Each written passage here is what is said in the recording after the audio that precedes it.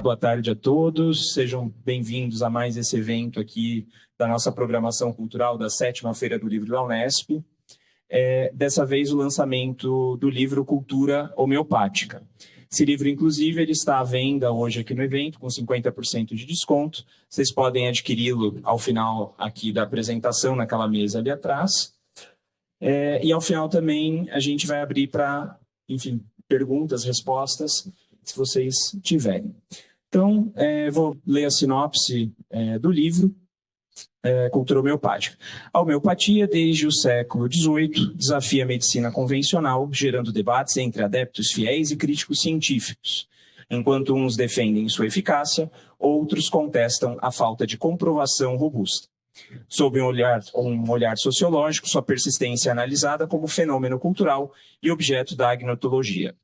Hoje aqui para debater essas questões estão presentes o pesquisador Lênin Bicudo Bárbara, que é graduado em Ciências Sociais pela Faculdade de Filosofia, Letras e Ciências Urbanas da USP, com mestrado e doutorado em Sociologia pela mesma instituição. Também foi pesquisador de pós-doutorado, vinculado ao Departamento de Sociologia da USP, no período entre 2019 e 2022, e atualmente é educador ambiental no IBAMA, e, em paralelo, traduz obras acadêmicas e desenvolve pesquisas sobre o desconhecimento da legislação ambiental e é o autor do livro aqui em questão. Para contribuir aqui com o debate, a gente também tem o professor Marcelo Takeshi Yamashita, que é doutor em Física pela USP e professor do Instituto de Física Teórica da Unesp. Atualmente, assessor-chefe da Assessoria de Comunicação e Imprensa da Unesp, diretor editorial do Jornal da Unesp, diretor científico do Instituto Questão de Ciência, membro do Conselho Editorial da revista Questão de Ciência, membro do Conselho Curador da Fundação Editora da Unesp e membro do Comitê Consultivo do projeto Cielo Livros. E, por fim, também temos aqui a pesquisadora Malena Beatriz Stariolo, que é graduada em Comunicação Social, com ênfase em jornalismo pela Universidade Federal de Viçosa, com mestrado em Divulgação Científica e Cultural pela Unicamp. Em 2023, foi bolsista de jornalismo Eureka Alert. Atualmente é repórter de ciência do Jornal da Unesp, onde cobre as diferentes produções científicas da Universidade Estadual Paulista, passando por áreas como ecologia, física, paleontologia e inteligência artificial. Então, é isso. Podemos começar. Sejam, mais uma vez, todos bem-vindos. Alô? Olá, então, boa tarde. Eu sou a Malena, vou mediar a mesa hoje. E, antes de mais nada, eu queria agradecer a presença de todo mundo que está aqui, queria agradecer o convite da editora da Unesp, a organização dessa mesa, também ao espaço que a Feira da Unesp organizou para a gente discutir esse tema. A gente está hoje reunido para o lançamento do livro Cultura Homeopática, uma investigação sobre a comunicação do desconhecimento. Bom, e aí, para falar com a gente tem o Lênin, autor do livro, e o professor Marcelo. Estou muito contente de estar aqui nessa mesa com vocês. Tenho certeza que vai ser uma conversa muito intensa, de um assunto que gera muito debate. Obrigado obrigado pela introdução, pela apresentação. Queria parabenizar toda a organização da Fundação Editora da Unesp pela promoção da Feira do Livro. A Feira do Livro já se tornou uma presença constante, um marco na agenda cultural aqui da cidade de São Paulo e, sem dúvida, é uma grande oportunidade para todos os amantes de livros, aqui com preços muito atraentes. Queria dizer que, para mim, é uma honra fazer parte dessa mesa com você, Lênin, que eu já conheço há um bom tempo, e com a Malena. São duas pessoas que eu tenho muita admiração do ponto de vista da competência profissional e intelectual, e eu tenho certeza que vai ser uma oportunidade muito boa para a gente conversar sobre esse excelente livro.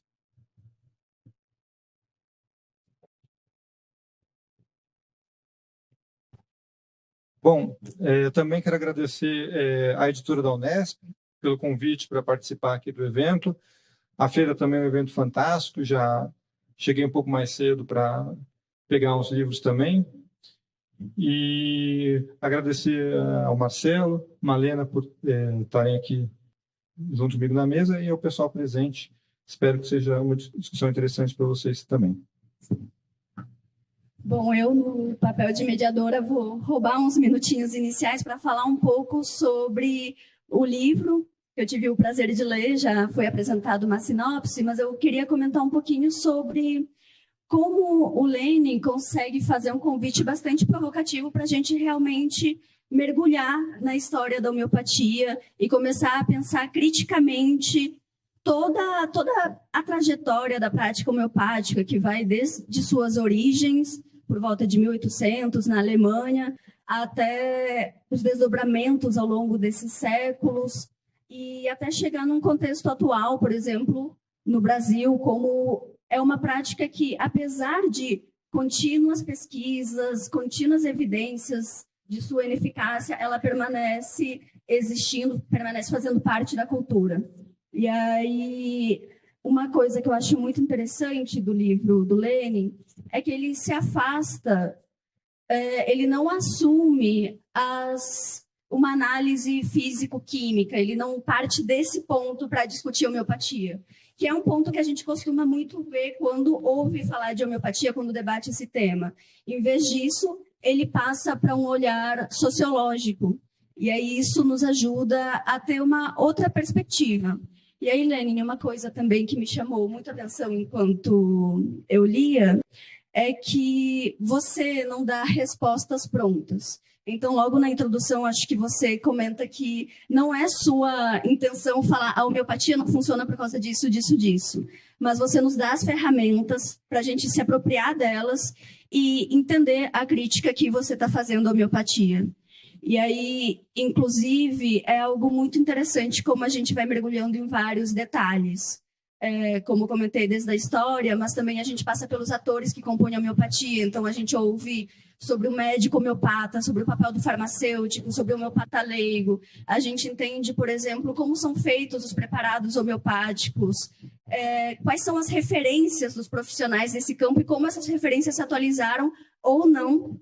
E tudo isso é um conjunto de informações que poderiam ser bastante densas, bastante trabalhosas de colocar, e eu acho que você conseguiu reunir tudo isso de uma maneira muito primorosa, e que, ao final da leitura, é uma leitura muito satisfatória, porque a gente percebe o quanto a gente conseguiu aprender nesse processo. E aí eu queria falar de uma perspectiva minha, que vem de um contexto de jornalismo de ciência, e eu acho que o Marcelo vai se relacionar um pouco com isso também.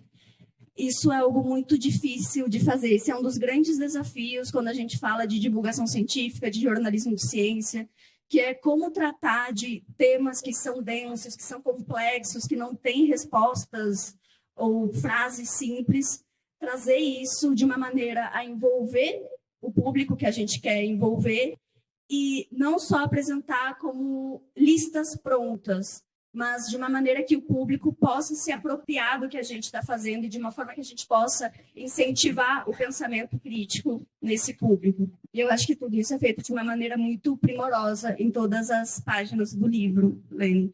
Aí, bom, eu acho que eu me estendi um pouco nisso, e antes de passar a palavra para o Lenin, eu queria saber do Marcelo, que tem essa proximidade com o jornalismo científico, com a divulgação científica, e também vem de um contexto de física.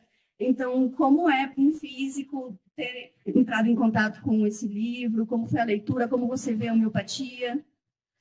Então, um pouco do que você já adiantou. Primeiro, justificando um pouco por que eu fui convidado também para debater essa mesa. A minha presença aqui é para fazer uma espécie de complementação, pelo menos na parte da fala, do contexto físico-químico da homeopatia. Então, foi sempre eu acho que o livro vem ao encontro de uma necessidade, pelo menos minha, que era sempre de querer entender por que, digamos, essa prática desperta tantas paixões. Então, eu provavelmente, se fizer uma exposição para vocês dizendo que a hipótese da existência de um éter luminífero, um éter por onde se propaga a luz. Foram feitas experiências que derrubaram essa hipótese, e a gente pode dizer que onda eletromagnética, a luz, por exemplo, se propaga no vácuo, não existe esse éter por onde se propaga a luz. Se eu disser isso para vocês, vocês vão provavelmente aceitar uma boa e falar e procurar entender os métodos científicos pelos quais eu cheguei para chegar eu percorri para chegar nessa conclusão. Com a homeopatia não acontece isso, né? Então, por mais que hoje nós tenhamos processos físicos para medir distâncias da fração, né, do próton, do núcleo atômico, que a gente consiga chegar em Júpiter, por mais que a gente fale que não existe nenhum embasamento teórico, físico, que corrobore as premissas da homeopatia, ainda assim essa prática desperta paixões, e mais do que isso, ela é financiada pelo SUS e reconhecida pelo Conselho Federal de Medicina. Então, nada melhor do que uma análise socioantropológica, né, sociológica e antropológica, que o Lenin fez nesse livro de maneira primorosa, que, apesar de denso, a leitura flui muito bem, né? Então, ele parte dessa premissa da ineficácia de uma prática e por que ela permanece por tanto tempo aqui na nossa sociedade, né? Eu posso me estender mais? Tá. Então, 5 minutos. Tá? Então, a minha apresentação ela deve ter uma pequena superposição com o que provavelmente o Lenin vai falar do livro, mas eu não vou entrar, obviamente, nessa parte sociológica. Eu vou falar um pouquinho antes de onde ele parte a análise sociológica do livro dele, que é partindo do pressuposto de que a homeopatia não funciona, e ela não funciona, melhor do que um placebo. E eu vou falar um pouquinho sobre, digamos, o contexto em que ela foi inventada e quais são os procedimentos de preparação de um medicamento homeopático e como deveriam ser feitos os testes clínicos bons para que uma prática médica, uma vacina, um medicamento seja validado e reconhecido como eficaz. E aí, Lenin, te passando a palavra, eu queria saber como foi para você, enquanto sociólogo, escolher falar justamente desse tema que, como o Marcelo comentou, move muitas paixões. E aí move muitas paixões de ambos os lados, tanto do público que é contrário à homeopatia e mostra a ineficácia da homeopatia, como também do público que defende a homeopatia. E aí você comenta algo que eu achei muito interessante, como em geral nos debates, o público que defende a homeopatia acaba sendo ridicularizado ou tratado com palavras ásperas como uma forma de demonstrar que eles estão errados. E isso é uma coisa que, por exemplo, você não faz no livro. Você consegue demonstrar a ineficácia da homeopatia, mas sem o uso de palavras ásperas. E aí eu queria saber um pouquinho sobre como foi esse percurso para você, enquanto sociólogo, se aproximar desses temas.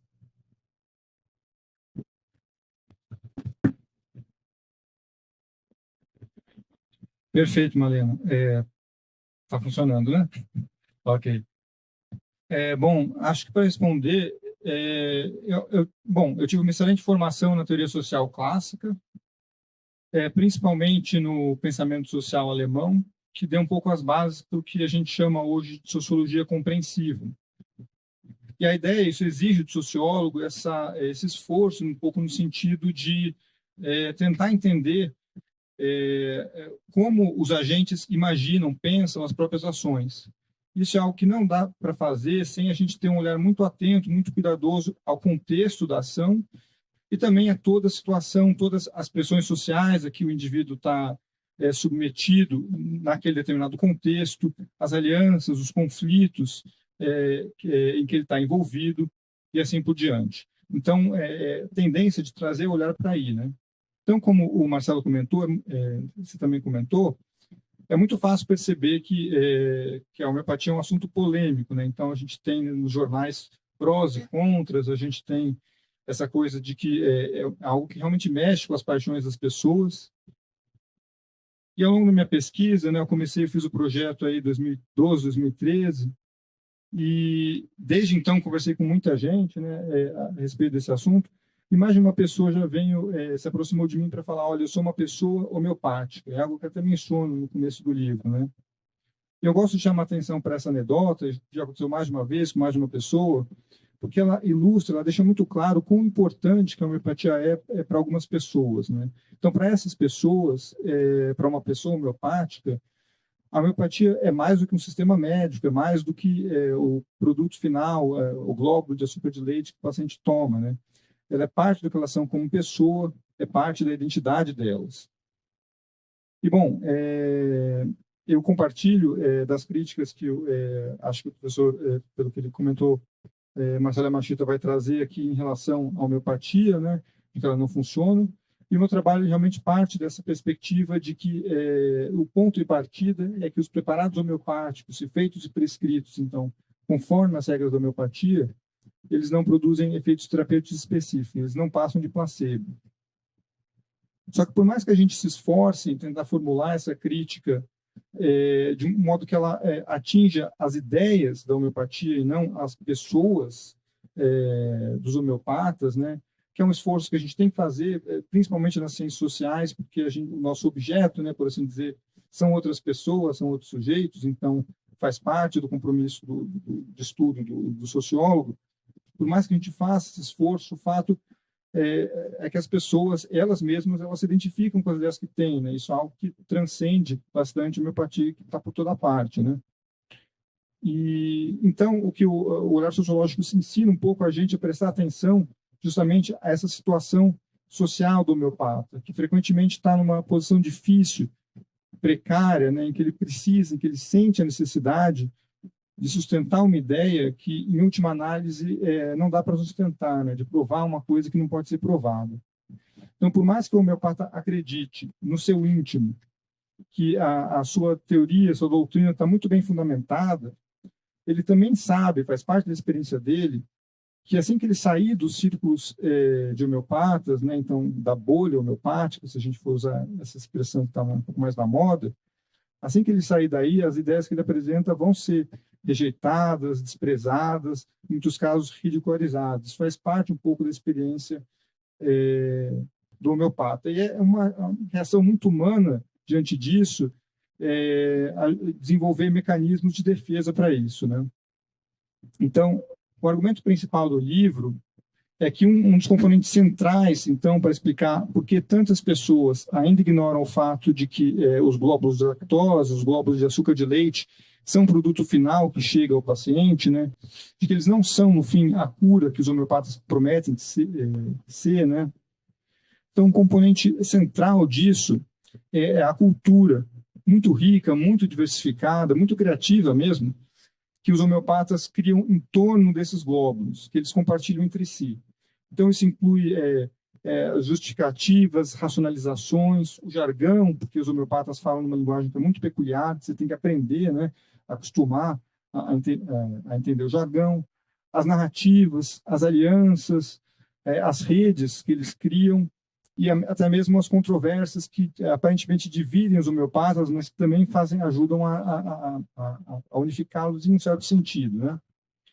Então, é isso tudo que eu chamo de cultura homeopática. E justamente no meu livro eu faço um mergulho nessa cultura para tentar compreendê-la. Então, porque o ponto de partida é esse. A questão dos glóbulos de açúcar de leite, muito já foi dito sobre isso, e isso já está razoavelmente bem sedimentado. A questão é que tem muito mais a esse redor, e isso, a meu ver, é importante a gente olhar para tentar compreender o fenômeno em si. Perfeito. E aí, aproveitando uma coisa que eu devia ter dito no comecinho, mas a gente vai ter um momento para perguntas da plateia. Então, se vocês ouvirem algo que chamou a atenção, se vocês tiverem questionamentos, dúvidas, quiserem saber mais sobre alguma coisa que os nossos convidados apontarem, anotem, guardem na memória para perguntar depois, porque a gente vai ter esse momento que eu acho que é um dos momentos mais interessantes da mesa redonda, que é quando a gente consegue sair do roteiro e ir para outros meios de discussão.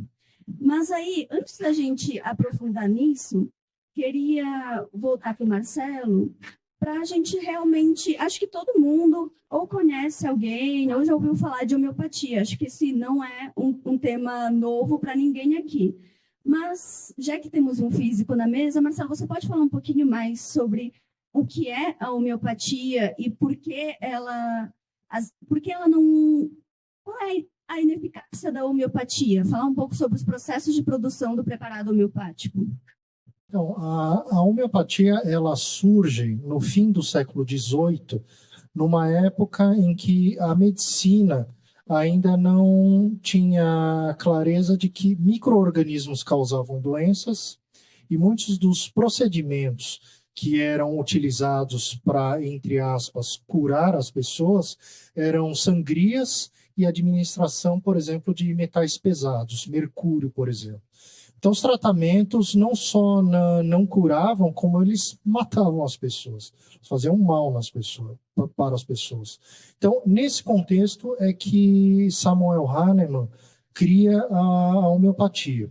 E a homeopatia ela é criada, a palavra homo em grego, para semelhante, patos, sofrimento. Então, ela se estabelece essencialmente sobre dois pilares tradicionais, que eu vou chamar, que existiam na época da criação da homeopatia, do Hahnemann, e um pressuposto, digamos, mais moderno, que foi introduzido posteriormente, que é chamado de memória da água, né? Então, um dos pressupostos da homeopatia é que uma substância que em uma pessoa saudável cause um sintoma que se quer curar na pessoa doente, essa substância pode ser usada para curar a pessoa doente, por exemplo, né? Então, se uma pessoa não consegue dormir e ela tem insônia, por exemplo, café deixa a pessoa acordada. Portanto, o café poderia ser usado para curar a insônia da pessoa, né? Por exemplo, gripe e resfriado deixa olhos inchados, lacrimejantes, nariz escorrendo. O que uma substância parecida pode causar numa pessoa saudável? Cebola. Então, a cebola, também quando você pica a cebola, faz escorrer seu nariz, faz seus olhos lacrimejarem, que é um sintoma parecido com o que você tem quando está gripado ou com resfriado.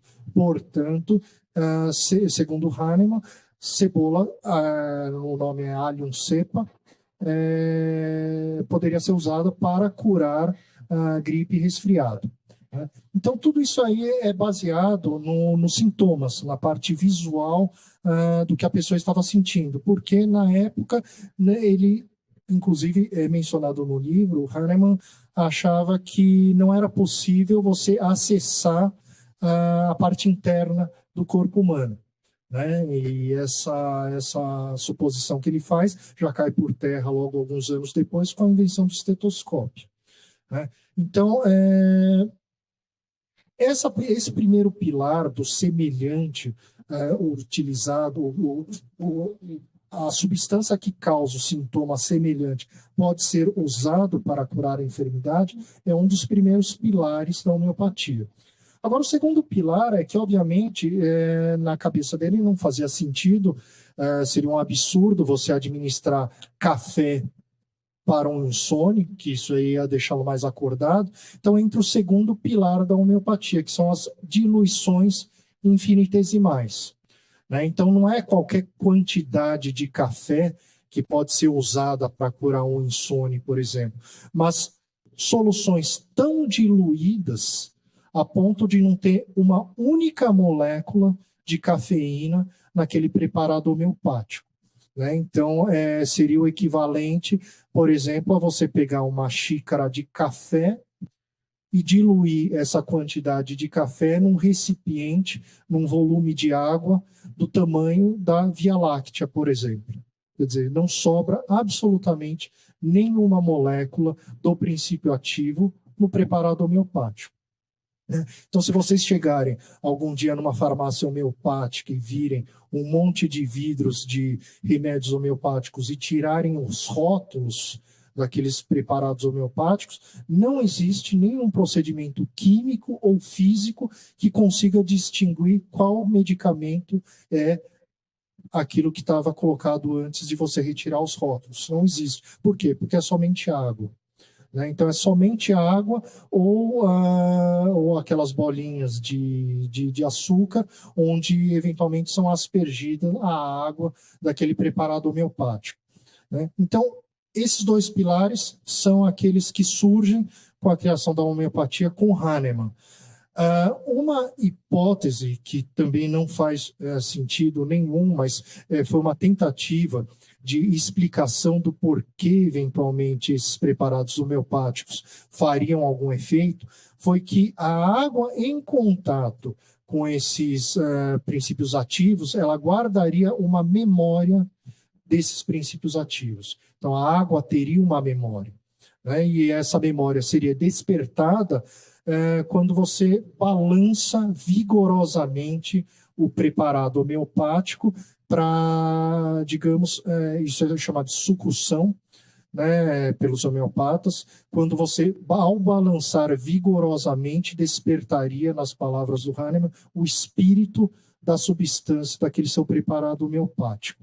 Então, esses são os três pilares que a homeopatia se baseiam e, fisicamente, quimicamente, não fazem o menor sentido.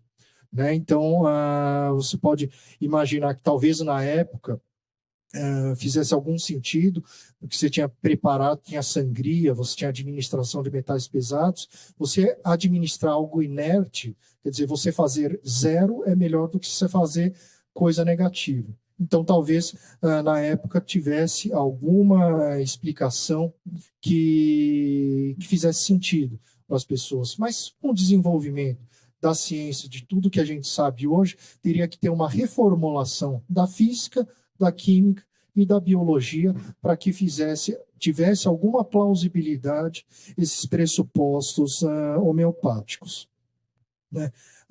Só finalizando para não me estender demais, e eu tenho algum tempinho? Melhor. Tá? Então, só para finalizar, para não me estender demais, agora, como é possível clinicamente? Bom, então, um ponto assim, do ponto de vista teórico da física, da química, da biologia, não faz sentido. Quer dizer, ele não tem não é suficientemente robusto, nem as hipóteses, nem os experimentos corroboram aquilo que a homeopatia fala. E como é que eu posso saber isso?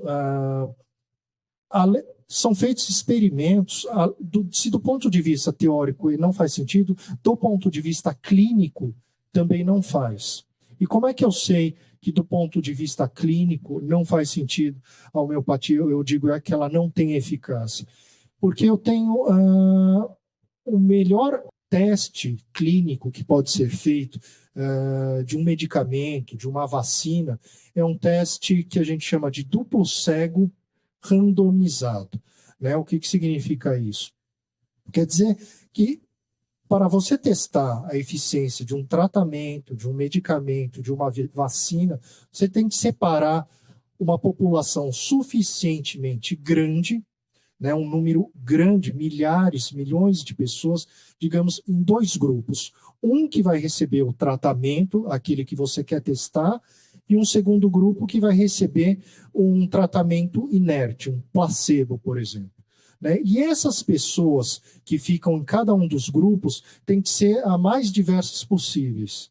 Não pode ter, digamos, um viés de idade, viés de gênero, viés de enfermidade. Tem que ser o mais diverso possível, e você vai administrar o medicamento ou o placebo para aqueles dois grupos de pessoas. E você vai verificar se aquilo funciona ou não, comparando esses dois grupos de pessoas. Inclusive, a gente chama de duplo cego, porque inclusive os experimentadores, os pesquisadores que estão fazendo esse procedimento, não sabem se os grupos também estão recebendo placebo ou medicamento, né? Então, ninguém sabe, você cegou, entre aspas, tanto as pessoas que estão se submetendo aos testes, como os pesquisadores que estão executando os testes, né? Então, isso é o melhor teste clínico que se pode fazer. E não tem nenhum teste clínico que a homeopatia sobreviva melhor do que um placebo, né? Isso já foi feito, foram feitos testes, muitos testes, meta-análises, ou seja, análises em cima de trabalhos que foram feitos para o estudo da homeopatia, né? Então, essa meta-análise ela é feita o quê? Selecionando somente os estudos bons, né? Então, que foram bem randomizados, que não tem nenhum vício de origem o experimento. Então, eles selecionam isso, fazem uma estatística e verificam se o medicamento funciona melhor do que o placebo.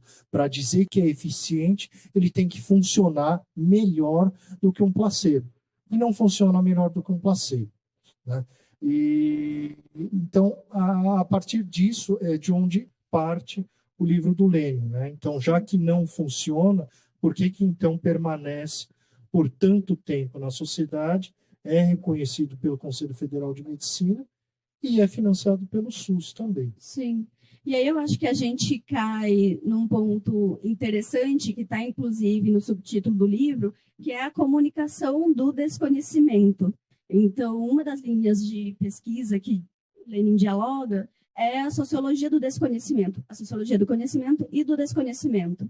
Então, eu queria aproveitar esse gancho, Lenin, para você falar um pouquinho mais o que é isso e como isso é aplicado dentro do livro. Perfeito. Bom, esse livro, ele é, na verdade, ele surge como um desdobramento da minha tese de doutorado, né? Que ela tem como título justamente Investigações sobre a Ignorância Humana.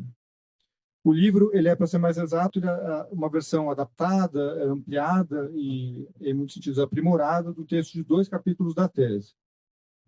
E o título do trabalho já dá a entender que ele se encaixa numa tradição de pesquisa que vem ganhando espaço nas últimas décadas, que são os estudos da ignorância.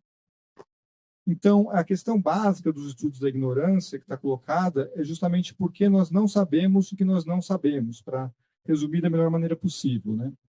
E aí, para os estudos da ignorância, desde o começo importante deixar claro que ignorância não é um insulto.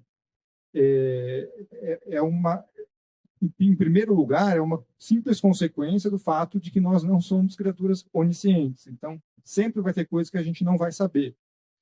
A ignorância ou o desconhecimento, eu os termos como sinônimos, não é necessariamente uma coisa ruim. O Marcelo deu o exemplo aqui do duplo cego, em que você promove o desconhecimento sobre alguma coisa para evitar que certos vieses atrapalhem no resultado de a gente chegar a um conhecimento de uma outra coisa. Então, nos estudos da ignorância, você tem uma discussão ampla sobre as várias facetas do desconhecimento humano. No meu trabalho, eu faço um recorte específico, né, que não impede outros recortes, mas o que eu achei interessante de trabalhar, que é a questão do porquê nós não sabemos algumas coisas que estamos em condições de saber. No caso, um dos exemplos concretos que eu estudo é o caso da homeopatia, essa ideia de que a gente hoje está em condições, o conhecimento científico avançou o suficiente para a gente saber que os preparados homeopáticos não funcionam, então o que explica isso? E aí isso se encaixa numa tradição de pesquisa dentro dos estudos da ignorância, que é a agnotologia. E a agnotologia, esse agnoto de desconhecimento também, e digamos, o mote deles é essas questões em que a ignorância é socialmente produzida, é a produção cultural da ignorância. E aí, na minha tese, né, o que ela é estruturada com uma parte teórica, em que eu basicamente discuto como a sociologia pode contribuir para explicar por que não sabemos o que não sabemos, e numa parte empírica, em que eu discuto 2 estudos de caso diferentes, a homeopatia e o que é chamado de masculinismo, que é basicamente é um conjunto de crenças, um grupo de pessoas que se reúne principalmente na internet, muitas vezes para falar mal das mulheres, com um teor bastante misógino, e que basicamente acreditam que a gente vive num mundo dominado pelas mulheres em geral e pelas feministas em particular. Então, faço uma discussão desses dois estudos de caso que eu olhei para esses dois casos diferentes pensando em ter alguma envergadura comparativa. Então, essa ideia de que a gente tem um caso das ciências naturais, da homeopatia, e um caso do conhecimento mais próximo das humanidades, para a gente ter um pouco essa discussão mais ampla, entender um pouco melhor do porquê nós não sabemos coisas que nós não sabemos. E aí, eu pensei em falar um pouquinho do que está no livro, se estiver ok, né? O livro em si, né, ele está dividido em duas partes principais. A história da homeopatia no seu contexto de origem, né, quando ela surge lá na Alemanha, da virada do século XVIII para o XIX. E na segunda parte, começo por uma outra parte histórica, só que a história da aclimatação da homeopatia no Brasil, desde que ela chega aqui em 1840 até o presente. Eu faço, então, esse mapeamento dos diferentes tipos sociais que dão vida à homeopatia, né, e que compõem a base social da homeopatia hoje, que você comentou, Malena, basicamente, de um lado, os profissionais, né, as pessoas que trabalham com homeopatia, então médicos homeopatas, farmacêuticos homeopatas, terapeutas leigos, veterinários, agrônomos, etc. E, de outro lado, as pessoas que consomem homeopatia, que fazem uso, que para quem a homeopatia é um recurso, são, de uma chave geral, né, a clientela da homeopatia, que pode ser o paciente, mas também por exemplo, o pai de uma criança, que a criança em si é o paciente, né? Então o pai não é o paciente em si, mas pode ser também um produtor rural que não quer usar agrotóxico, por exemplo, e prefere usar a homeopatia no lugar de agrotóxico, então a clientela. Então faço esse panorama. E, bom, em seguida, feito esse mapeamento, eu busco detalhar um pouco como esses diferentes tipos sociais, como esses diferentes personagens vão interagir entre si. E aí eu dedico um capítulo ao cenário da interação entre o médico homeopata e o paciente no consultório, então com base na análise de relatos clínicos dos homeopatas. Em um outro capítulo, as controvérsias entre os próprios homeopatas, né? Então, as diferentes correntes que disputam aí o que deve ser a homeopatia. E eu não sei se eu tenho um tempinho ainda para fazer um panorama rápido do que eu ofereço em cada capítulo, mas, bom, legal. No primeiro capítulo é sobre a homeopatia no seu contexto de origem, né? Então, aí, como o Marcelo mencionou, a homeopatia ela surge na virada do século XVIII para o século XIX. Mais exatamente, né, o primeiro texto publicado sobre a homeopatia surge em 1796. Foi publicado numa revista médica importante na época, a revista dos mais influentes médicos alemães daquele contexto. Esse primeiro texto original, o criador da homeopatia, o Samuel Hahnemann, vai trabalhando nesse tema e publica a sua obra mais influente da homeopatia, chama o Organon, a arte de curar, em 1810. E aí o que eu fiz foi pegar esse quadro temporal, 1796 a 1810, e olhar, então, para os principais problemas que estavam colocados no pensamento médico da época e como as diferentes correntes de pensamento médico respondiam a esses problemas. Então, e comparar isso com as propostas que o Hahnemann tinha, o criador da homeopatia, para esses mesmos problemas. Então, o Marcelo mencionou que a medicina era muito diferente na época, né? E um dos problemas centrais da época era a questão da fundamentação da prática médica. Então, como os médicos diziam, olha, a gente está recorrendo a tradições, mas essas tradições, será que dá para confiar nelas? Então, havia diferentes respostas para isso. Foi uma época de efervescência de propostas para revolucionar a medicina daquele tempo, né? A gente teve a homeopatia, que propunha revolucionar a medicina, mas a gente teve várias outras, que eu vou mencionar só rapidamente, né? O brownismo, que era brownismo porque era de um médico escocês chamado John Brown, que ele tinha uma classificação dos medicamentos também, que queria revolucionar a medicina, foi muito influente na época, no contexto do Hahnemann. A gente teve o mesmerismo também, seguido de um nome de um médico chamado Anton Mesmer, que esse talvez alguns até reconheçam o nome, mas basicamente todas essas propostas revolucionárias foram esquecidas. E o caso da homeopatia teve um destino diferente. Ela, até hoje, se talvez alguém se lembre do mesmerismo, ela certamente não é uma especialidade médica do Conselho Federal de Medicina, né? Então ela não resistiu ao teste do tempo e a homeopatia conseguiu resistir de certa forma, né? Então isso só coloca o problema básico, que é como que isso é possível, né? Porque não foi qualquer ideia que conseguiu sobreviver. Tem algo particular na homeopatia que a gente tem que olhar. Então, a gente comparando as soluções que o Hahnemann oferecia com as soluções dos outros médicos da época, a gente vê que, do ponto de vista teórico, elas resolviam pior os problemas do que os outros médicos. Os outros médicos possuíam uma teoria das doenças, por exemplo, muito mais sofisticada, que tinha muito mais detalhes do que a proposta pelo Hahnemann.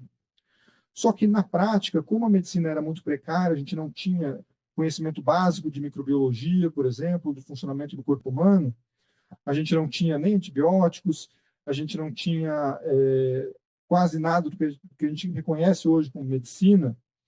Então, na prática, por mais que fossem melhores do ponto de vista teórico, acontece essa situação paradoxal de que o paciente que ia se consultar com o Hahnemann, em alguns casos, se saía melhor do que aquele paciente que ia consultar nesses médicos que tinham propostas teóricas mais sólidas. Porque eles também ofereciam, por exemplo, sangrias. Então, o paciente com pneumonia que recebia um medicamento inerte, pelo menos não tinha chance de contrair uma infecção como aquele paciente que ia se tratar com uma sangria, né? Num contexto em que sequer havia medidas básicas, às vezes, de higiene para fazer esse procedimento, né? Então, isso vai mudar justamente à medida que essas propostas iniciais, que estão ainda muito cruas naquele período, por exemplo, um dos autores propõe ampliar, fazer novos experimentos para entender como funciona o corpo humano, para dessa forma, com o tempo, melhorar a prática clínica. E naquele momento, isso precisa de um tempo de maturação. Naquele momento, isso não se traduz na rejeição das sangrias, por exemplo, mas com o passar do tempo isso vai acabar acontecendo. E a gente tem aí várias outras situações naquele contexto que é interessante mencionar, como naquela época os médicos já percebiam vários problemas das propostas do Hahnemann. Acho que o mais sintomático, talvez, que eu gosto de trazer, é a questão de... Bom, o Marcelo comentou que um dos princípios da homeopatia é da cura pelo semelhante, que é essa ideia de que uma substância X que tem que provocar um determinado conjunto de sintomas, ela seria capaz de curar esses mesmos sintomas numa pessoa doente. Só que como que o homeopata sabe disso, né? O Marcelo trouxe o exemplo da cebola. Só que na prática médica do homeopata até hoje, ele usa uma série de referências. E as referências que ele usa são, em sua grande maioria, aquelas que foram legadas a ele pela tradição homeopática e principalmente foram criadas pelo Hahnemann. Então, para determinar o que seria os efeitos do medicamento de uma pessoa saudável, o Hahnemann fazia os experimentos que ele chamava de patogenesias. Então, o que era isso? Ele pegava uma substância qualquer que ele queria testar, o natrum muriaticum, por exemplo, que é o sal de cozinha, é o nome latim, diz o nome latim, ou o auro metálico, que é o ouro, ou a belladonna tropa, que é uma planta, um extrato de planta, belladonna, preparava homeopaticamente essa substância, consumia e anotava tudo o que acontecia e registrava aquilo como sintomas daquela substância. Isso gerou uma coletânea de livros, que é a matéria médica homeopática, em que ele registra esses sintomas como sintomas causados por aquela substância. Então, a gente tem, são volumes e volumes disso, e a gente tem sintomas como, no caso do natrum muriaticum, como aversão a pão. Então, o que aconteceu? O Hahnemann tomou o medicamento, ou ele mesmo, ou uma pessoa que ele confiava. No dia seguinte, ele não queria comer pão na parte da manhã, vamos dizer assim. Ele sentiu, olha, estou cheio, não quero comer. E isso virou um sintoma do natrum muriaticum. E toda a matéria médica homeopática é preenchida de coisas assim. Então, você tem bafo de queijo velho, você tem os sonhos que o Hahnemann ou os experimentadores tiveram, você tem irritabilidade. E aí, naquela época, os médicos já apontavam assim, olha, Hahnemann, o que te garante que isso foi causado por aquele medicamento? Você está dizendo que é causado, mas esse é um sintoma que ninguém associa a esse medicamento. Se a gente olha nas prescrições que os homeopatas fazem hoje, eles ainda utilizam essas referências. Isso é algo que fica muito claro. Os manuais que os homeopatas usam para fazer diagnóstico usam essas referências e dão um valor especial àquelas que o Hahnemann escreveu há 200 anos atrás. Isso é o que eu mostro também no meu trabalho, né? Então, um pouco para dar esse panorama do que aparece, está nessa parte da homeopatia no seu contexto de origem. No capítulo seguinte, eu passo para a aclimatação da homeopatia no Brasil, que ela chega aqui em 1840, e para resumir um pouco, o que a gente verifica é uma série de tentativas de inserção da homeopatia nas elites médicas, por um lado. Então, por exemplo, em 1880, na época do Império, a gente tem um pedido da maior associação de homeopática da época para incluir cadeiras de homeopatia na Faculdade de Medicina do Rio de Janeiro. Esse pedido, que era maior, mais importante do Brasil naquele contexto, esse pedido é mandado ao imperador, tem uma comissão científica criada para avaliar o caso, e ela, no final, é negada. Você tem criação de hospitais homeopáticos num outro momento, em que a homeopatia tem mais força. E você tem aí, talvez essa que é a maior conquista da homeopatia, que acontece em 1980, que é o reconhecimento dela como especialidade médica pelo Conselho Federal de Medicina, né? Que era resultado de um trabalho, de um lobby mesmo, né, de um grupo de interesse, liderado por um médico homeopata que era de uma longa família de homeopatas, o Alberto Soares de Meirelles, que era um dos generais da homeopatia, que é um termo que foi cunhado por outra socióloga, mais simpática, homeopatia, Amadeu Luz, em que eram isso mesmo, eram médicos do Exército, né, das Forças Armadas, com patente general, que eram homeopatas. E ele era o bisavô de um dos maiores homeopatas da época do Império, que ele foi aí o presidente da associação homeopática mais importante da época, o Saturnino Soares de Meirelles, e esse Saturnino era filho do Joaquim Soares de Meirelles, que foi nada menos do que esse Joaquim já não era homeopata, era um médico convencional, então o filho segue um caminho diferente, mas o Joaquim foi médico do Dom Pedro I e do Dom Pedro II, então é uma família muito bem estabelecida, que ganhou influência e que, no contexto da ditadura, conseguiu essa conquista para a homeopatia, que é a maior conquista dela até hoje. E, ao mesmo tempo que a gente tem essas tentativas de inserção da medicina nas elites médicas, a gente sempre também vê, ao longo de toda a história da homeopatia, uma vertente mais popular da homeopatia. Então, ela foi oferecida já para escravos. A gente teve algo que foi muito típico aí do começo do século XX, que foi o espiritismo kardecista. A gente teve o médium homeopata, então, que era isso mesmo, né? Inicialmente eram médicos mesmo, né? Pessoas espíritas com formação em medicina e homeopatas, mas esses médicos formaram um grande número de pessoas sem nenhuma formação em medicina para atuarem como médium receitista, que era um médium que recebia o espírito de um homeopata do passado e fazia a prescrição com base nesse ato mediúnico. Então, e pessoas, de novo, sem formação em medicina. E a gente tem centenas de milhares de prescrições feitas dessa maneira no começo do século XX, que era uma vertente muito popular da homeopatia. E a gente tem também o movimento contracultural, a partir dos anos 70, então, principalmente, que a gente teve, que se pautava nessa rejeição dessa medicina muito pouco humana e muito padronizada, né?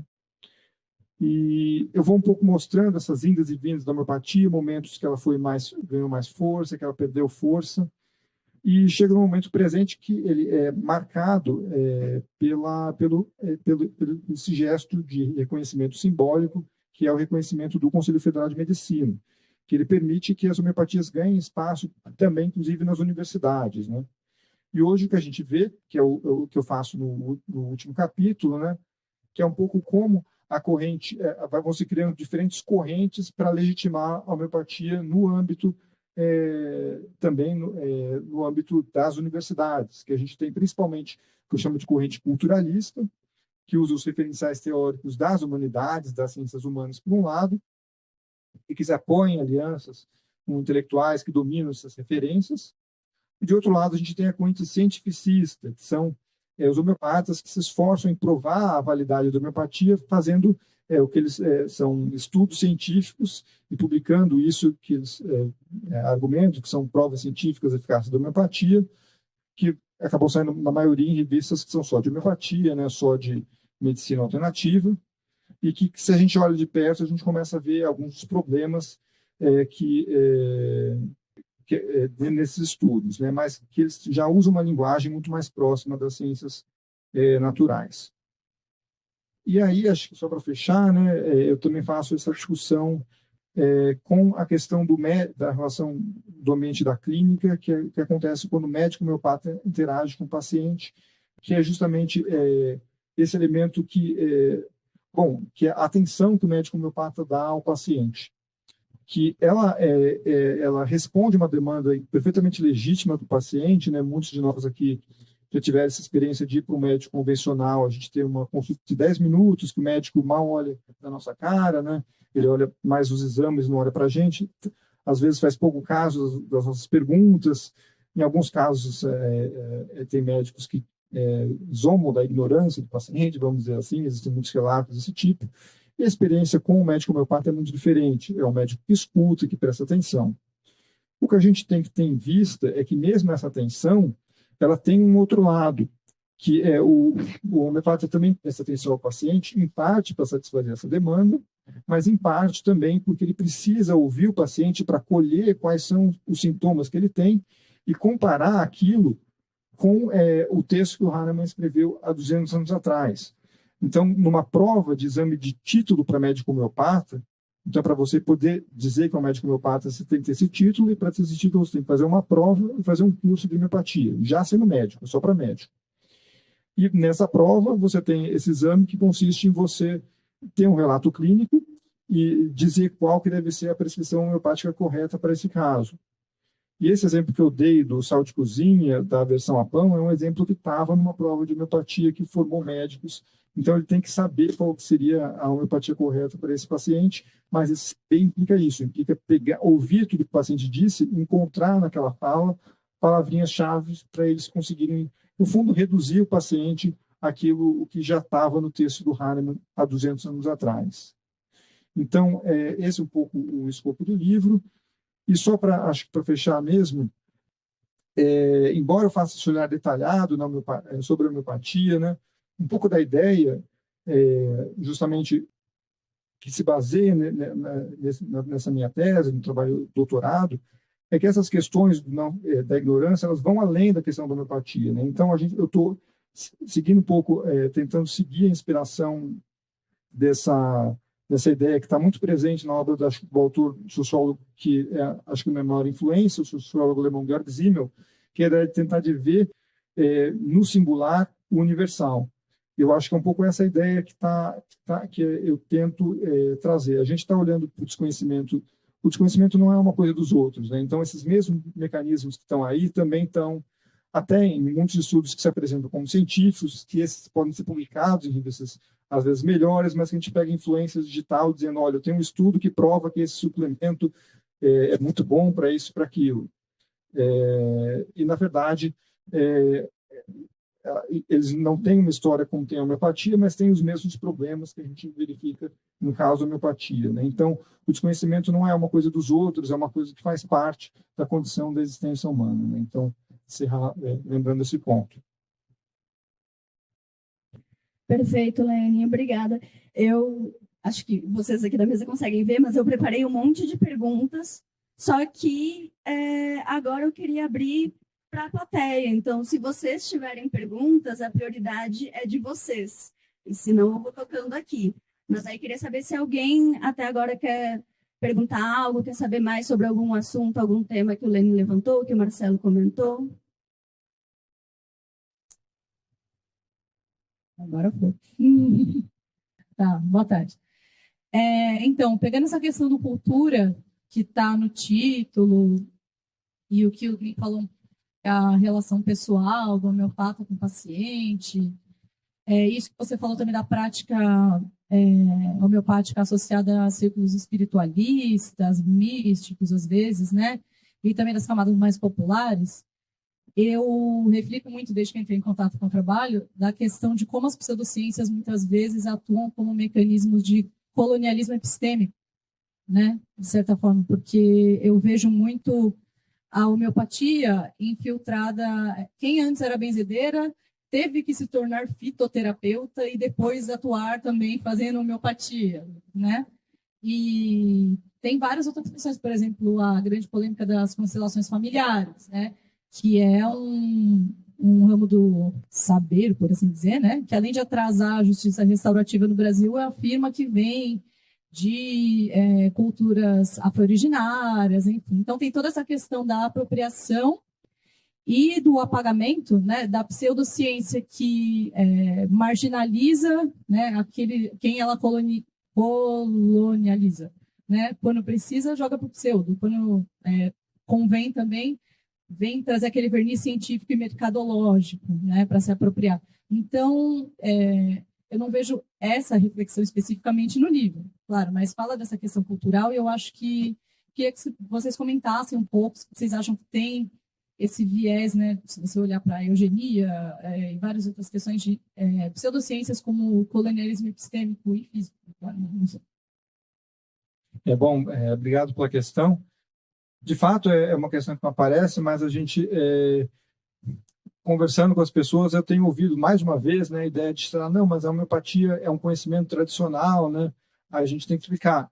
Não é. A homeopatia é a criação de um médico alemão, bem branco, bem conservador, né? Essa coisa de... ela não que é um tipo de coisa, é um tipo de categoria diferente do que a gente utiliza. Quando esse argumento aparece, geralmente é como essa estratégia um pouco de salvar a homeopatia das críticas, né? Então, é uma coisa que a gente acaba verificando que eu tenho ouvido com alguma frequência, né? Essa ideia de que... E de fato, o conhecimento... Bom, existe toda uma discussão no âmbito da ciência, da parte cultural, se menciona questões como eugenia, né, que foram questões que já tiveram um espaço maior na comunidade científica, dentro das grandes universidades, por exemplo, do que tem hoje, né? Então, é sempre preciso tomar cuidado, porque justamente, às vezes a gente fala a ciência como... a gente está pensando não na ciência tal como ela é, mas a ciência como ela deveria ser. E, na prática, coisas que reivindicam o nome de ciência já foram, inclusive, o mainstream do pensamento que era vinculado nas universidades, né? Então, ideias que hoje a gente identifica rapidamente como pseudociências, que foram, de fato, usadas de maneira para dentro do contexto colonialista, elas foram muitas vezes tiveram esse viés científico. Então, ter muito cuidado nesse uso do nome da ciência, né? Que também a gente tem que olhar por trás do rótulo e de como as pessoas se identificam e ver o que está ali envolvido e ter também essa desconfiança, principalmente às vezes quando a gente está defendendo o discurso científico, que é de dizer que nem sempre a ciência ela é aquilo que a ciência deveria ser ou que está colocado, né? Então, ter esse olhar crítico em relação também à própria ciência, né? Que vai na linha do que eu havia comentado, né? Que a ignorância e o desconhecimento não é só uma coisa que está com parte do outro, é uma coisa que faz parte da condição humana. Então, acho que minha contribuição seria um pouco por aí. É só fazer um comentário que eu havia até comentado com o Lênin na época eu estava procurando aqui o trecho, que eu vi que boa parte da disseminação da homeopatia na época era um dos motivos também porque não tinha a possibilidade de atendimento médico amplo, principalmente em pandemias aqui no Brasil, né? E eu fiz mais ou menos, para mim tem um paralelo com como foi tanto a criação do nome medicina tradicional chinesa por Mao Tse-tung, na época da Revolução Comunista na China, de que, de fato, ele também não tinha medicina e medicamento para toda a população chinesa. E o próprio Mao Tse-tung não usava que na época ele criou esse nome medicina tradicional chinesa como parte de marketing da própria China, mas ele distribuiu esse tipo de prática muito barata, baseada em ervas e agulhas, né, que todo mundo, a princípio, poderia ter acesso, mas ele mesmo não usava. Né? Então, o próprio Mao Tse-tung, que foi o principal disseminador da prática, inclusive dentro e fora da China, ele não usava a prática. Né? Então, de certa maneira, essa, digamos, utilização do que você diz de pseudociência, eu acho que pode estar envolvido diversos tipos de interesses, né? Inclusive de interesses políticos, nesse caso, de querer parecer que você está fornecendo algo para a pessoa que não é aquilo de fato que você promete. Né? Então, você prometer que você está distribuindo um medicamento homeopático que vai curar determinada enfermidade, isso não é verdade. Né? Aquilo não vai curar, aquilo não funciona melhor do que um placebo. Então, eu acho que tem várias questões envolvidas, inclusive essa que você mencionou. Posso só complementar? Porque, por exemplo, quando a gente pega no caso do espiritismo, né, que estou pensando em exemplos históricos concretos e que isso também se manifestou no caso da homeopatia. É muito claro que no caso do espiritismo havia uma vantagem recíproca uma estratégia comum em várias religiões, justamente você oferecer um tratamento médico. Você tinha uma insuficiência estrutural, você ainda tem até hoje, né? Mas a gente está falando muito e muito antes do SUS ter sido inventado. Então, pessoas que não podiam pagar, assim, pura e simplesmente não tinham atendimento médico profissional, né? Então, nesse contexto, a gente observou historicamente que muitas religiões ofereceram. Antes, a gente tinha vigários que também ofereciam, e no caso da homeopatia, do espiritismo, teve isso. É uma vantagem, porque ajuda também a trazer pessoas, né, para a religião, de um lado, e para a homeopatia é uma aliança recíproca, porque você vai criando ali um ambiente em que até hoje, se você vai no centro espírita, é comum, pede referência de um médico, é comum que se dê como referência um médico espírita. Então, isso faz parte um pouco das alianças que os homeopatas vão forjando para manter a homeopatia. E é claro que isso, estou pegando esse caso concreto, mas esse tipo de estabelecimento de aliança a gente verifica em várias outras situações para além da homeopatia. Né? Então, acho que só para complementar por aí. Quem mais, após esse começo tão entusiasmado? Temos mais perguntas? Bom, enquanto... Só fazer um comentário, um complemento, que o Lenin mencionou a questão da utilização de sal de cozinha, né, como uma das substâncias, mas só queria complementar que não é somente digamos, essas substâncias mais comuns que são utilizadas para essa outra diluição. Então, eu escrevi um artigo já faz um tempo, mas, por exemplo, eles utilizam alguns materiais completamente inusitados, como, por exemplo, pedaços do Muro de Berlim. Então, o Muro de Berlim, eles usam para fazer diluição. Aqui, deixa eu só lembrar. Então, partes do muro foram guardadas para servir como base para um medicamento comercializado por uma empresa britânica. Inclusive, é uma empresa que produz medicamentos para a realeza britânica lá, que o medicamento com Muro de Berlim diz curar traumas do passado que ficaram bloqueados na memória.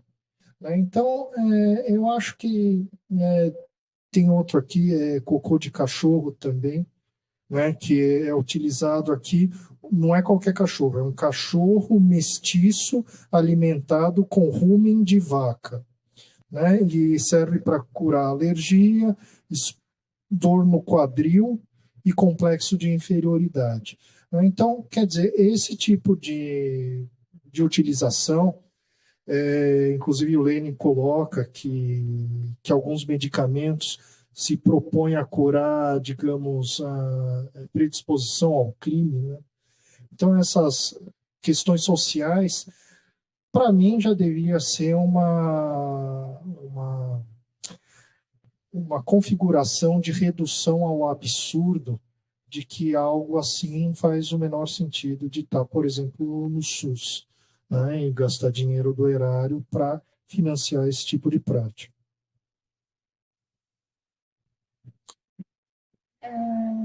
Alguém gostaria de fazer uma? Boa tarde. Eu gostaria que vocês falassem um pouco sobre essa questão da ignorância, né? Que você trouxe, Lene, porque eu conheço pessoas que tomam homeopatia. Como é que como é que se mantém esse eu não sei que eu não sei? Por que se mantém isso?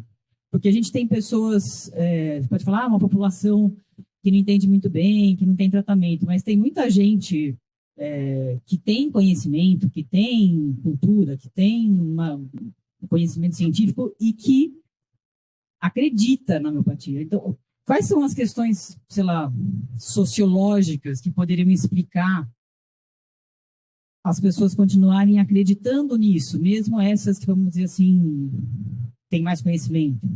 Como que essa ignorância se mantém? Não sei. Lenin, antes de você responder, eu queria só complementar, inclusive, com algo que você traz no livro, que é o caso de algumas pesquisas feitas por médicos que são simpáticos à homeopatia. E mesmo nos resultados, eles encontram que não tem evidências suficientes para provar que a homeopatia é melhor do que um placebo. Mas mesmo assim, eles continuam simpáticos à homeopatia. Mas que as pesquisas que eles mesmos fizeram mostram o contrário. Então, acho que conversa um pouco com essa questão. Perfeito, né? Então, aí uma das discussões, né, pensando no termo do não saber, é justamente o ponto de partida é que as pessoas, isso é diferente para cada pessoa, né? Então, para abordar essa variedade, essas motivações são uma miríade de motivação que algumas pessoas atuam de maneira, por um lado, e para outras atuam de outra forma. Então, se a gente pensa nos profissionais, as pessoas que trabalham com medicina, a gente tem, no caso, são pessoas que dedicaram muito tempo a isso, acabaram se comprometendo, aquilo virou uma parte da identidade, do que elas são, e é algo que é um convencimento muito profundo, e é muito difícil de você... É uma pessoa que dificilmente vai ser convencida, vai ser dissuadida diante de qualquer evidência. É uma dinâmica... até não só sociológica, mas psicológica, que a gente verifica em vários outros cenários diferentes. Tem um estudo já muito antigo, acho que é da década de 50, né, no âmbito da psicologia social, que chama When Prophecy Fails, né, quando a profecia falha, né, digamos assim. E basicamente é sobre um culto de pessoas que acreditam que o mundo vai ter um grande dilúvio e vão vir os alienígenas para resgatá-las num disco voador numa determinada data. E tem uma data que isso vai acontecer. Aí chega a data e não acontece. Aí não, mas na verdade não acontece porque a gente conseguiu salvar o mundo. Mas vai acontecer por enquanto, mas vai acontecer. Então, tem sucessivos momentos que é uma coisa que é muito fácil de provar que está errado. Bom, está dizendo que vai acontecer e não acontece, vai acontecer e não acontece. E as pessoas, nesse caso particular, que é um caso muito extremo, né, é um exemplo, é o máximo de extremo que dá para pegar para ilustrar essa dinâmica, mas você tem um comprometimento, elas rompem com a família, e aí você tem que olhar assim, por que elas romperam com a família e foram acolhidas por aquelas pessoas.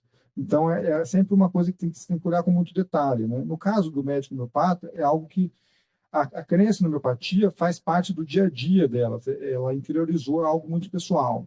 No caso do paciente, isso varia muito. Tem paciente que tem, assim, prescreve homeopatia porque o médico, que às vezes nem é só homeopata, é um pediatra. Então, tem uma colega de trabalho que comenta, olha, tem um pediatra, o pediatra me indicou esse medicamento, que cara de ser um medicamento homeopático. Então, nem se pergunta como esse medicamento é feito, se ele funciona ou não funciona, é uma coisa que não... Da mesma maneira como ninguém pergunta como que é feito um outro medicamento qualquer. Essa não é a preocupação de uma parte das pessoas. A preocupação é, olha, aquilo é indicado por um médico, né? Então, é a pessoa que deve saber sobre isso, né? Então, e isso é possível justamente porque o Conselho Federal de Medicina, imagina, ele está dando esse selo dizendo que isso é válido. Então, quem que somos nós, quem que é um sociólogo, por exemplo, para questionar isso, digamos, né? Já é uma questão que já foi trazida para mim, inclusive. Então, as decisões práticas das pessoas, em muitas situações, elas não envolvem um escrutínio detalhado sobre o que está acontecendo. Elas dependem desse mecanismo de confiança na palavra dos outros, né? Então, isso vale para todo mundo, né? Então, eu mesmo não... eu costumo dizer que eu sei que a Terra tem cerca de 4,5 bilhões de anos, mas eu nunca fui atrás de ver quais são as evidências para isso. Eu digo que eu sei isso porque eu ouvi uma pessoa em que eu confio dizer que esse é o caso e dizer que há evidências para isso. Mas a maior parte do nosso conhecimento é um conhecimento de segunda mão. A gente não está analisando, mesmo no âmbito científico, o especialista conhece aquilo que está na sua área, as evidências daquela área. Mas o que é de fora, ele está confiando nos colegas. Então, esse mecanismo de confiança, essa legitimação social que a gente tem, principalmente no caso aqui no Brasil, da figura do médico, é um fator muito importante para pessoas com bastante educação, que às vezes o paciente que não tem nem tanto interesse em saber o que é em detalhe a homeopatia, mas mesmo assim consome a homeopatia, né? Então é isso, você tem que olhar diferentes tipos ignoram esse fato por diferentes motivos. Em alguns casos, porque isso é algo que virou vital para o seu sustento, para você, não só para o seu sustento médico homeopata, não é só uma questão econômica e financeira, de que se eu dizer que ela não funciona, eu vou perder o emprego. É uma questão que isso faz parte da identidade mesmo da pessoa, de quem ela é, né? Que às vezes é muito mais importante do que a questão financeira. E você tem, por outro lado, pessoas que estão aí buscando outras formas de complementar a renda e acabam ouvindo, no caso, homeopatia, tem muita gente que gosta, então vai lá. Ou pessoas que estão insatisfeitas, muitos médicos dizem assim, olha, eu não quero ficar dando antibiótico, eu não quero dar corticóide para criança, eu sou um médico, eu quero dar uma forma, eu quero atender o paciente melhor, então encontro na homeopatia algo que oferece isso. Então você tem essas... ao discutir esses diferentes tipos, eu vou entrando um pouco nas motivações peculiares, mas é isso. Depende do perfil, depende do grau de envolvimento da pessoa com aquela circunstância, né? Mas o olhar sociológico implica isso, tentar olhar essas diferenças entre pessoas situadas com diferentes relações com as ideias homeopáticas, né? A gente tem tempo para mais uma pergunta. Eu tinha ficado até animado com a fala do professor Marcelo, porque eu tenho 6 cachorros em casa e fiquei aqui animado com essa produção em série, né, que eles têm lá, enfim. Mas ainda nessa linha um pouco da persistência dessa questão da homeopatia, eu queria entender um pouco quais são os motivos que levam este tratamento, essas formas de tratamento a estarem disponíveis no SUS e também serem referendadas pelo Conselho Federal de Medicina, porque a gente teve, enfim, acho que um exemplo interessante seria a pandemia de Covid, em que a gente tinha uma série ali, no caso, não medicamentos homeopáticos, mas medicamentos com outras finalidades que estavam sendo ali avalizados, né, para supostamente, enfim, combater o coronavírus e que tinha ali também um interesse político por trás disso. Então, a minha pergunta é, o que leva hoje ainda, diante de todas essas evidências, o que avaliza a homeopatia estar disponível no SUS e também ser referendada pelo Conselho Federal de Medicina? Perfeito. Bom, uma vez que a homeopatia conseguiu o reconhecimento, que aí teve essa história que eu mencionei, né, foi basicamente uma iniciativa de um grupo de homeopatas influentes que conseguiu esse reconhecimento. E uma vez dado esse reconhecimento, a gente vai... É muito difícil desfazer essa decisão. Por quê? Porque a gente tem hoje, para ter uma ideia, mais de 2.700 médicos especialistas em homeopatia. Então, para o Conselho Federal de Medicina dizer não é especialidade médica, ele vai estar falando, você é um órgão que representa a atividade dos médicos como um todo. Vai dizer que uma parcela considerável dos médicos, mais de 2.600 pessoas, algumas delas influentes, vocês não são mais médicos homeopatas. Isso é algo que até esse conhecimento persiste, porque até hoje não existiu, a gente pode colocar, não existiu quase a coragem de, dentro do Conselho Federal de Medicina, disposição política, né, para isso, para mudar esse estado de coisas, né? Então, a ideia de desafiar essa parte dos médicos, ela não foi colocada em jogo até o momento. Então, a questão do reconhecimento, eu vejo que é um pouco por aí. A questão da entrada no SUS, no caso do SUS, a gente teve aí em 2006 a Política Nacional das Práticas Integrativas e Complementares, que tem a homeopatia, e ela não tem só a homeopatia e a acupuntura, né, que são essas duas práticas geralmente mais questionadas, mas tem várias outras também, só que o carro-chefe são essas duas que são reconhecidas como especialidade médica pelo Conselho Federal de Medicina.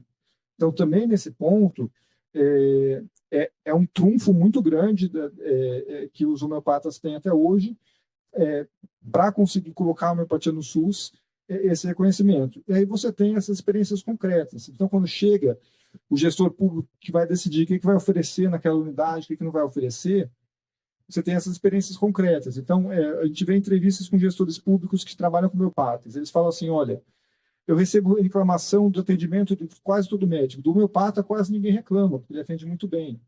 E aí, além disso, ele sempre fala, o Conselho Federal de Medicina diz que funciona, então isso não é uma questão para mim. Então, esse marco, esse gesto de reconhecimento simbólico também é central para a questão da entrada da homeopatia no SUS. E vai ser muito difícil você tirar a homeopatia do SUS enquanto esse reconhecimento estiver válido, porque ele dá muita força para os homeopatas, né? Então, acho que um pouco a questão, essas duas questões estão relacionadas uma com a outra. Acho que talvez dê para comentar de alguma forma, mas isso que me vem à mente aqui agora.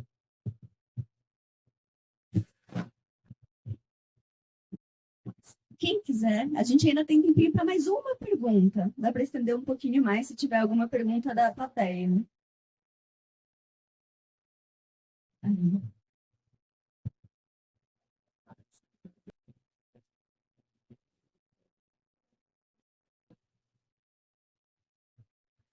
Oi, boa tarde. Na verdade, é só um complemento, são questões que a Tifilene já respondeu em boa parte, mas eu acho que vale a pena ter em mente, assim, que, bom, como sociólogo, esperando um pouco sua reflexão sociológica no livro, eu fico pensando, assim, que para além dessa problemática, né, do reconhecimento do Conselho Federal de Medicina, Conselho Federal de Farmácia, que aparece no livro, mas eu acho que vale ter em mente, que você também menciona no livro, que em outros países não é bem o caso, né? A especialidade médica da homeopatia é uma particularidade do Brasil, até onde eu entendo, e que, a despeito disso, a homeopatia também é expressiva, né, em outros países. Então, eu fico pensando, enfim, eu queria que você refletisse um pouco mais sobre esse processo de como os indivíduos depositam confiança na homeopatia, né? Para além do aval de um Conselho Federal de Medicina ou de Farmácia, mas também talvez em círculos interpessoais, no centro espírita, socialização familiar, talvez, de novo, tudo isso aparece no seu livro. Enfim, eu fiquei ansiosa de te ouvir um pouco mais sobre isso aqui na mesa. Obrigada. Perfeito. Também obrigado pela questão. Bom, exatamente, essa história do reconhecimento com especialidade médica por exemplo, na Inglaterra, você não precisa ser médico para ser homeopata, que no Brasil, como tem esse reconhecimento, então a homeopatia fica associada com algo de médico. Mas por isso mesmo, um pouco, em vários locais, no seu caso do Reino Unido, por exemplo, a gente não tem a homeopatia sendo oferecida pelo sistema público de saúde. Isso, na verdade, mudou recentemente, né? E é sempre uma questão que vive acontecendo uma disputa em torno disso, né? E é claro que, no fundo, eu enfatizei a questão do reconhecimento da homeopatia como especialidade médica, mas também ele mesmo justamente só foi conquistado, como que os homeopatas conseguiram força bastante para conseguir fazer passar esse reconhecimento. Em parte porque foi feito esse grupo de pressão, mas também naquele contexto anos 60, 70, a gente tinha uma crítica completamente justificada na ideia de uma medicina mais desatenta à parte humana do paciente, né? Uma medicina muito padronizada, muito standardizada, e justamente a homeopatia conseguiu rapidamente captar para si essa ideia de ser uma aposta de como fazer uma forma de medicina mais próxima do paciente, por conta dessa peculiaridade que ela tem esse atendimento que é mais longo, né? Tem que ser mais longo por conta da própria doutrina homeopática. Então, é também central para isso que, digamos, que esse ponto permaneça e que continue havendo no atendimento médico convencional esse fator de expulsão dos pacientes, porque quando o paciente ele não encontra esse atendimento médico convencional, ele vai procurar outras coisas, e ele acaba encontrando no homeopata alguém que oferece isso. E esse também é um dos grandes motores da homeopatia ao longo da história, é uma das coisas que fazem se aproximar, para além dessa aliança também você mencionou, né, com as implicações religiosas, essa aliança no âmbito familiar, você tem recorrentemente essa experiência do paciente que ele tem que saber em quem ele vai confiar. E ele, justamente essa escuta mais atenciosa mexe com esse elemento, faz com que o paciente confie mais, seja no médico homeopático, seja no terapeuta leigo, em outros países, né? Então é um dos elementos importantes. Acho que o que me ocorre seria ir por aí. Perfeito, muito obrigada, Lene. Também queria agradecer as perguntas de todo mundo. Agora a gente está encerrando esse momento de debate, mas a mesa ainda não acabou, a gente tem ainda uns minutinhos para autógrafos com o Lene. Então, quem já adquiriu o livro pode vir conversar um pouquinho com o Lene para autógrafo, e quem não adquiriu, ele está à venda ali com 50% de desconto da Feira do Livro da Unesp. E aí a gente vai para isso. Antes disso, eu só queria, para dar um encerramento, falar um pouco sobre uma reflexão de toda a leitura do livro. Para mim, enquanto uma pessoa que vem da área da comunicação, me parece que um grande sucesso da homeopatia é a comunicação, seja a comunicação para fazer alianças, por exemplo, com o espiritismo, seja a comunicação com o paciente ou entre os pares. E eu fico refletindo do nosso lado, como a gente, sabendo disso, como isso impacta na nossa produção dentro de cada esfera. Então, como isso pode impactar na minha produção de jornalista de ciência, ou como isso pode impactar no atendimento de um médico ou de um pesquisador, para, enfim, ir gerando pequenos contrapontos à homeopatia, que realmente é algo que permanece muito enraizado dentro da nossa sociedade. Mas, bom, queria agradecer a presença de todo mundo aqui, agradecer o Lene, agradecer o Marcelo. Foi uma mesa realmente incrível, com muitas respostas muito boas, inspiradas, que nos ajudam a ver a homeopatia a partir de outras perspectivas. Aí eu deixo também, se Lene e Marcelo quiserem comentar algo. Queria agradecer novamente a presença do público. Acho que as reflexões foram muito boas, a conversa foi muito boa. Eu recomendo fortemente que vocês leiam o livro está muito bem escrito, está muito bom, ele é denso, mas ele flui muito bem.